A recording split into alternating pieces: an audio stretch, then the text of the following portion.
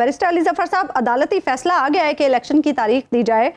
क्या लग रहा है इस अदालती फैसले में और जो इससे पहले इंतखाबात के लिए अदालती फैसले आते रहे, उनमें क्या फ़र्क है? देखें जी, इस बार जो है ना फैसला, एक्चुअली लीगली तो कोई फ़र्क नहीं है, वो भी सुप्रीम कोर्ट का फैसला था, ये भी सुप्रीम कोर्ट का ही फैसला है। लेकिन इस बार जो अदालत ने कहा है कि हम सबके साइन लेंगे और हम इसको फिर इन्फोर्स करेंगे, इम्प्लीमेंट करेंगे इस फैसले को। हम इसको अगर हमें सजाएं भी देनी पड़ी तो उन्होंने इंडिकेट किया हम सजाएं भी देंगे, या उन्होंने इंडिकेट किया है कि जो भी इसके नतीजे होंगे वो उसके कॉन्सिक्वेंसेस भी होंगे इसकी वायलेशन के। उन्होंने लफ्ज़ इस्तेमाल किया है कि it will be written in stone. पत्थर पे लिख दिया इस बार लगता ये है कि सुप्रीम कोर्ट इस पे अमल दरामद पूरी तरह कराएगा। अच्छा, ये बताइएगा कि सुप्रीम कोर्ट ने अब अली जफर साहब सदर से मुशावरत की पाबंदी भी लगा दी है इलेक्शन कमीशन के ऊपर, तो क्या इससे ये तसव्वुर किया जाए कि वो जो कानून में तरमीम हुई थी इलेक्शन एक्ट 2017 में कि सदर की बजाय अब इलेक्शन कमीशन अनाउंस करेगा इलेक्शन की तारीख, तो क्या समझे कि वो कलअदम हो गई है या वो भी ख़त्म हो गई? जी नहीं, तरमीम देखें, इंटरेस्टिंगली आपको मैं बताऊं तरमीम क्या थी। इससे पहले इलेक्शन एक्ट कहता था कि तारीख प्रेसिडेंट ने देनी है। आइन भी कहता था कि एक खास सिचुएशन में अगर प्रेसिडेंट डिसॉल्व करेंगे तो फिर प्रेसिडेंट तारीख देंगे नेशनल असेंबली की। ये आर्टिकल 48(5) कहता था, और आर्टिकल 48(5) आइन में अभी भी मौजूद है जी। लेकिन इलेक्शन में एक्ट में तरमीम हुई और उस तरमीम में उन्होंने सजेस्ट किया कि election commission of Pakistan date देगा।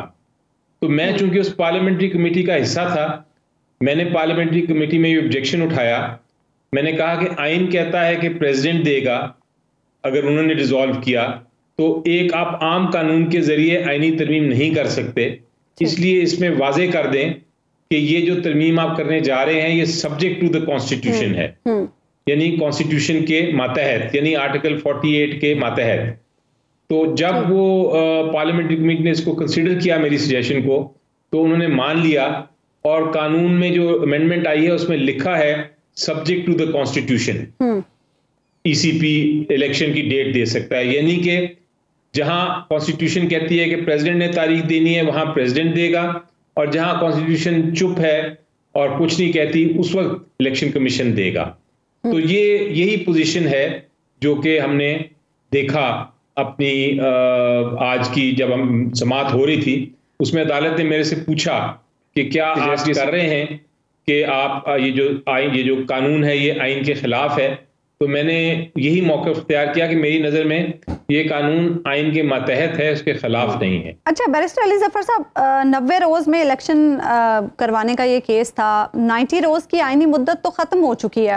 अब जो इंतखाबात होंगे उनकी कानूनी हैसियत क्या होगी, और 90 रोज़ में इंतखाबात क्यों ना हो सके, क्या अदालत इस मामले को टेकअप करेगी? क्योंकि 14 मई वाला फैसला भी मौजूद है, क्या वो भी कहीं बाद में डिस्कस होगा? जी देखें, जहां तक जो 90 दिन का ताल्लुक है वो तो आइन में साफ लिखा है कि 90 दिन में इलेक्शन ने होना ही होना है, और मेरी नज़र में इलेक्शन 90 दिन में ही होना चाहिए। अगर 90 दिन में नहीं होता तो आइन की खिलाफ वर्जी है। लेकिन अब सुप्रीम कोर्ट के सामने दो किस्म के रास्ते थे। एक तो ये है कि माजी में जाए और माजी में आप लोगों को देखेंगे किसने खिलाफ वर्जी किया, उनके खिलाफ एक्शन लें। लेकिन ये वाला रास्ते से फिर आपकी सारी जो इलेक्शन का मामला है वो एक बैक बर्नर पे चला जाता और वो हम इसी बहस में पड़े रहते कि कौन किसने वायलेशन की और उसको क्या सजा हो सकती है। दूसरा तरीका ये था कि आप माजी को छोड़ दें और आप मुस्तकबिल की बात करें। आप देखेंगे इसमें सबसे जरूरी चीज क्या है इस वक्त। सबसे जरूरी चीज है आइन को बचाने के लिए कि आप इलेक्शन कराएं।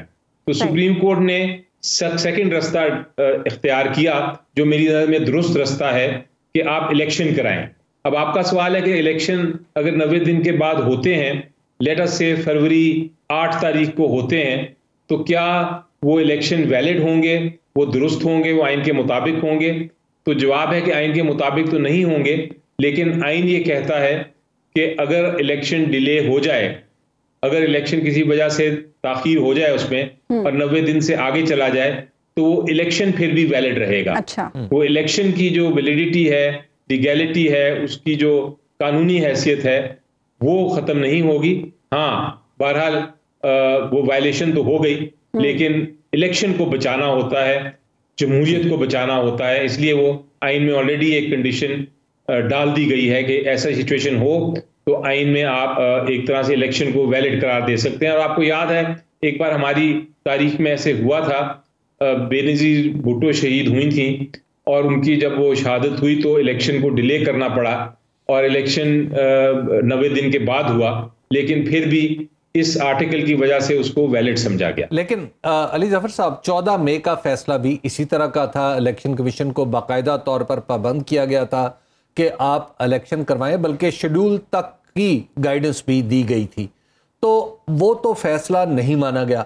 तो अब क्या ये गुंजाइश मौजूद है कि 14 मई के फैसले के इम्प्लीमेंटेशन में जो लोग मज़ाहम हुए थे उनके खिलाफ कोई केस चल सकता है? मतलब उसको जो मज़ाहम हुए थे वो तो बड़े बड़े लोग थे, वज़ीर आज़म भी पॉसिबली। जी बिल्कुल, वो हो सकता है। अच्छा। हो सकता है, उसको आप कर सकते हैं अगर कोई एप्लीकेशन देता है या अदालत खुद चाहे तो कर सकती है। और उसमें फिर ज़रूरी ये होगा कि उसकी बाकायदा प्रोसीडिंग्स चलेंगी। अगर कंटेम्प्ट प्रोसीडिंग्स हुई तो उसका एक ट्रायल होता है, उसकी अपील भी होती है, तो वो एक अपनी जगह एक है प्रोसीडिंग्स जो चल सकती हैं। लेकिन मेरा तो उम्मीद ये होगी कि अब प्रेसिडेंट साहब की और इलेक्शन कमीशन की जो दो, एक अदारा है आईनी, एक ऑफिस है आईनी, उनकी मीटिंग हो गई है। वो पाकिस्तान की कौम को देखते हुए और ज़रूरियात को देखते हुए और समझते हुए और नेशनल इंटरेस्ट को अपने मद्देनज़र रखते हुए वो एक तारीख दे देंगे। और वो तारीख जब सुप्रीम कोर्ट में जाएगी तो इस बार सुप्रीम कोर्ट ने कहा है, मैंने अभी कहा कि this is written in stone, ये एक लकीर है जो पत्थर पे लिखी जाएगी और ये तारीख चेंज नहीं होगी। हम इसको इम्प्लीमेंट करेंगे, हम इसके अगर कॉन्सिक्वेंसेस हुए हैं वो भी हम देखेंगे। और बैरिस्टर अली जफर साहब, क्या पीटीआई को लेवल प्लेइंग फील्ड मिलेगी या फिर इसके लिए भी आपको अदालत से ही रुजू करना पड़ेगा? जी देखिए, मेरी नज़र में एक बार आप इलेक्शन मोड में आ जाएं तो पूरी दुनिया की जो नजरें हैं वो फिर आपके मुल्क पे आ जाती हैं। अच्छा। और बहुत मुश्किल हो जाता है कि आप किसी को लेवल प्लेइंग फील्ड ना दें। फिर एक तरह से इलेक्शन का अपना ही एक तरीकेकार है जिसकी वजह से लेवल प्लेइंग फील्ड देनी पड़ती है।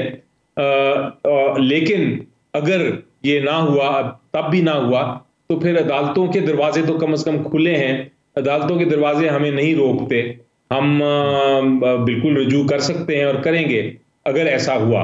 लेकिन अभी भी करेक्शन का टाइम है। इलेक्शन कमीशन ऑफ पाकिस्तान ने जो गलतियां की हैं उनको दुरुस्त किया जा सकता है। तो उम्मीद मेरी यही होती है अपने इदारों से, पाकिस्तान के इदारे हैं आफ्टर ऑल, कि वो अपना काम पूरा करेंगे और अपनी जो जिम्मेदारी है इलेक्शन एक्ट में आर्टिकल 218 में और आर्टिकल 219 में, जिसमें है कि उन्होंने फ्री, फेयर, इम्पार्शियल इलेक्शंस कराने हैं, ऑनेस्ट, सच्चे इलेक्शन कराने, वो उसमें अपना किरदार अदा करेंगे। ना किया तो ऑफ कोर्स फिर हमारे पास अदालतें हैं, हम वापस जाएंगे। आपने देखा कि पाकिस्तान के सुप्रीम कोर्ट ने कितनी जल्दी आज समाअत की बहस सुनी, सारों को बुलाया और एक नतीजे तक पहुंच गए। तो ये बताइएगा कि सदर साहब के साथ जो अब मुशावरत हो रही है, क्या सदर साहब के पास सिर्फ यही ऑप्शन है कि उन्होंने इलेक्शन कमीशन की तजवीज़ करदा तारीखों में से कोई एक देनी है, वो अपने पास से कुछ दे सकते हैं, या इसकी हुदूद क्या है इस मुशावरत की कि ये मीनिंगफुल हो? देखिए जी, प्रिंसिपल ये है कि तारीख देनी है प्रेसिडेंट साहब ने, लेकिन चूंकि जो आइन कहता है कि इलेक्शन को जो कंडक्ट करना है, जो उसके इंतजामात करने हैं, वो सारे इलेक्शन कमीशन ऑफ पाकिस्तान ने करने हैं। इसलिए जरूरी है कि दोनों दायरे आपस में मुशावरत करें और अल्टीमेटली फैसला ऑब्वियसली बाहमी मुशावरत से ही होना चाहिए कि कौन सी तारीख हो, लेकिन एट द एंड प्रेसिडेंट का इख्तियार है कि वो डेट देंगे।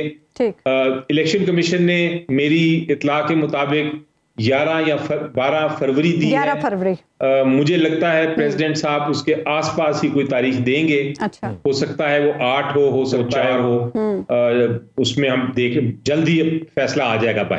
और आप क्या समझते हैं, खान साहब इन इंतखाबात में हिस्सा ले सकेंगे? उनकी केसेस के हवाले से क्या सिचुएशन है? द क्वेश्चन ये देखें, बिल्कुल खान साहब को हिस्सा, हमारी तो कोशिश है कि वो लें और इंशाल्लाह लेंगे भी। हिस्सा बिल्कुल लेना चाहिए उनको। सो ना सिर्फ वो लेंगे, उनको लेना भी चाहिए, क्योंकि उनके लेने के बगैर इलेक्शन की शफाफियत जो है, इलेक्शन की जो वैलिडिटी है और उसकी जो साख है और उसकी जो एक्सेप्टेंस है, वो उस पे बहुत बड़ा एक सवालिया निशान उठ जाएगा। इसलिए उम्मीद तो ये है कि वो बिल्कुल इलेक्शन में हिस्सा लेंगे, भी लेगी और इमरान खान साहब भी लेंगे। अगर आप गैर जानिबदार और बेलाग तज्जियों और तबसरों में दिलचस्पी रखते हैं तो अभी सुनो न्यूज़ का YouTube चैनल सब्सक्राइब करें और बेल आइकन पर क्लिक करें।